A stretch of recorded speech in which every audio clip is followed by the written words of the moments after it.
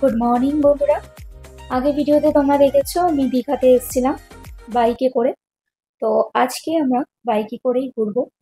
তো দীঘার আউটসাইড কি কি জায়গা আছে, আমরা কোথায় কোথায় আজকে ভ্রমণ করি, সম্পূর্ণ ভিডিওতে দেওয়া থাকবে, তোমরা দেখতে থাকো। সকাল সকাল ব্রেকফাস্ট করে বেরিয়ে পড়লাম দীঘার আউটসাইড ভ্রমণ করার জন্য। যেতে যেতে সবার প্রথমে শ্রী রাধাকৃষ্ণের এক মন্দির দর্শন করলাম।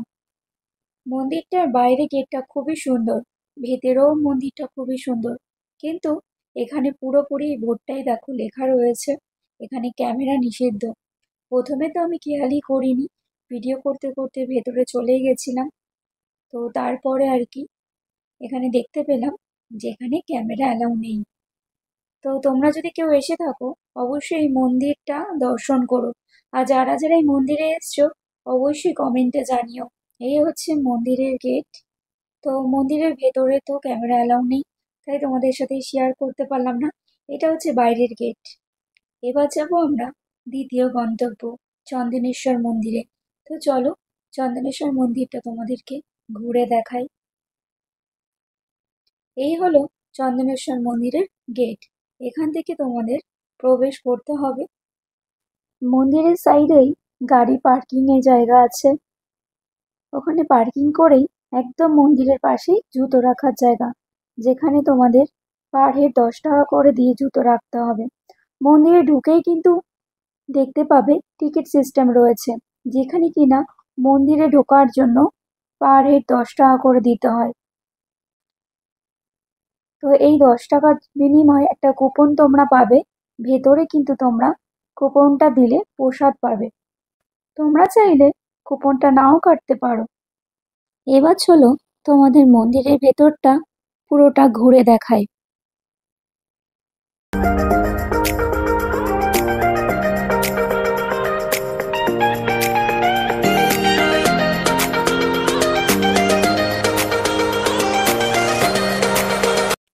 এবার যাব তৃতীয় গন্তব্যের দিকে। তো চলো এবার আমরা তৃতীয় গন্তব্য কোথায় যাই দেখতে থাকো। এবার দ্বিতীয় গন্তব্যে চলে এলাম, যার নাম তালসারি। এখানে কিন্তু প্রচুর মাছ তোমরা দেখতে পারবে। তো চলো পুরো ভিডিওটা দেখতে থাকো।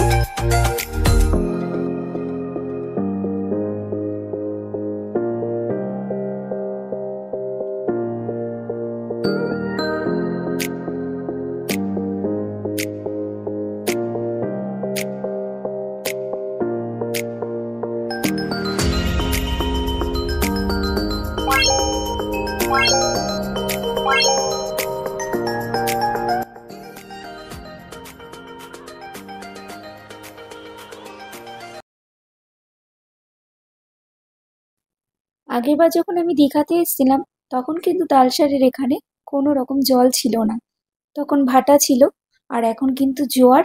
তো সেই জন্য দেখতে পাচ্ছ আমরা ওপাশটায় যেতে পারলাম না। তো তোমরা কারা কারা এসছিলে আর ওপাশে যেতে পেরেছিলে অবশ্যই কমেন্টে জানিও।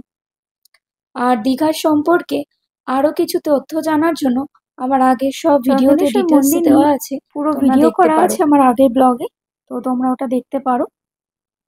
এখন যাব আমরা মাছের বাজারে মাছ কিনতে। দুপুরবেলা যেহেতু আমাদের মাছ খাওয়ার খুব ইচ্ছে হয়েছে, তো আমরা বাজার থেকে মাছ কিনবো এবং পাশে একটা দোকান থেকে সুন্দর করে মাছ রান্না করে তারপরে আমরা খাবো। তো তার জন্য আমরা চলে এসেছি মাছের বাজারে মাছ কিনতে, দেখতে থাকো।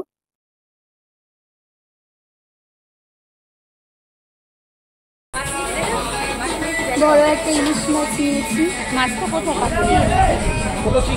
বড় মাছ, ইলিশ মাছ ভাজা খাওয়া হবে। টাকা দেবে না?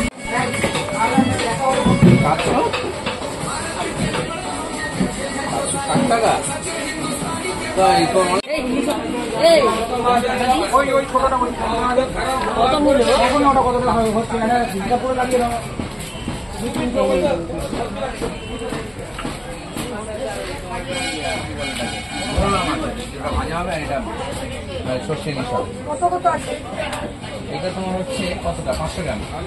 500 ওই 510 গ্রাম। হ্যাঁ, আর ওইটা ওই 800 850 মতো। হ্যাঁ ভাজা। মোড়াটা ভাজা 120 টাকা লাগবে, আর একটা রান্না 120।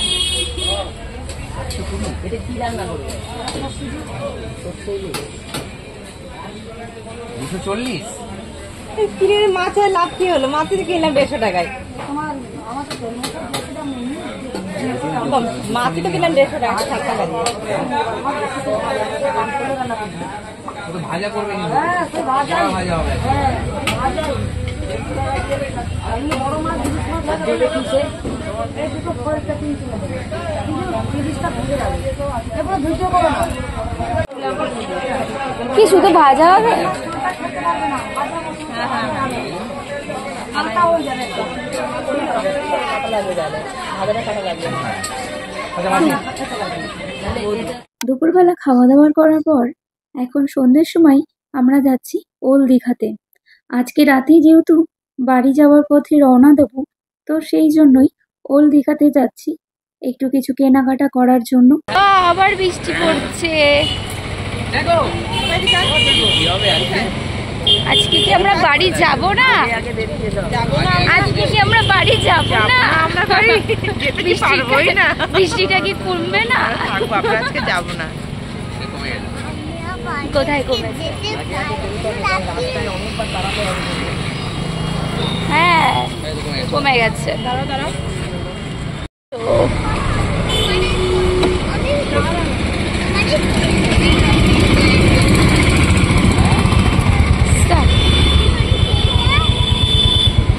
আবার বৃষ্টি আসছে রে।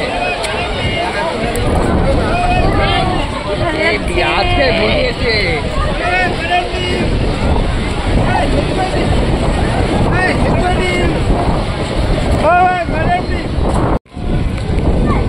এখন বৃষ্টি শুরু হয়ে গেছে।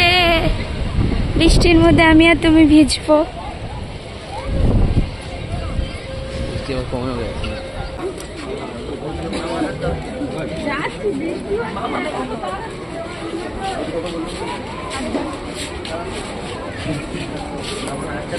এইদিকে কোথায় যাচ্ছে? এই দেখো এই দেখো এই দেখো এই দেখো আমার নাম লেখা। আমার নাম এই যে আমার নাম লেখা, দেখেছো? আমার নামে সবকিছু। তার বাড়ির সাথে একটা মিষ্টি দোকান আছে। আমার বড় ফটো তোলাতে দিয়ে যাচ্ছে। আমার একটা ফটো সেরকম ভালো আছে, আমার আরো ফটো চাই।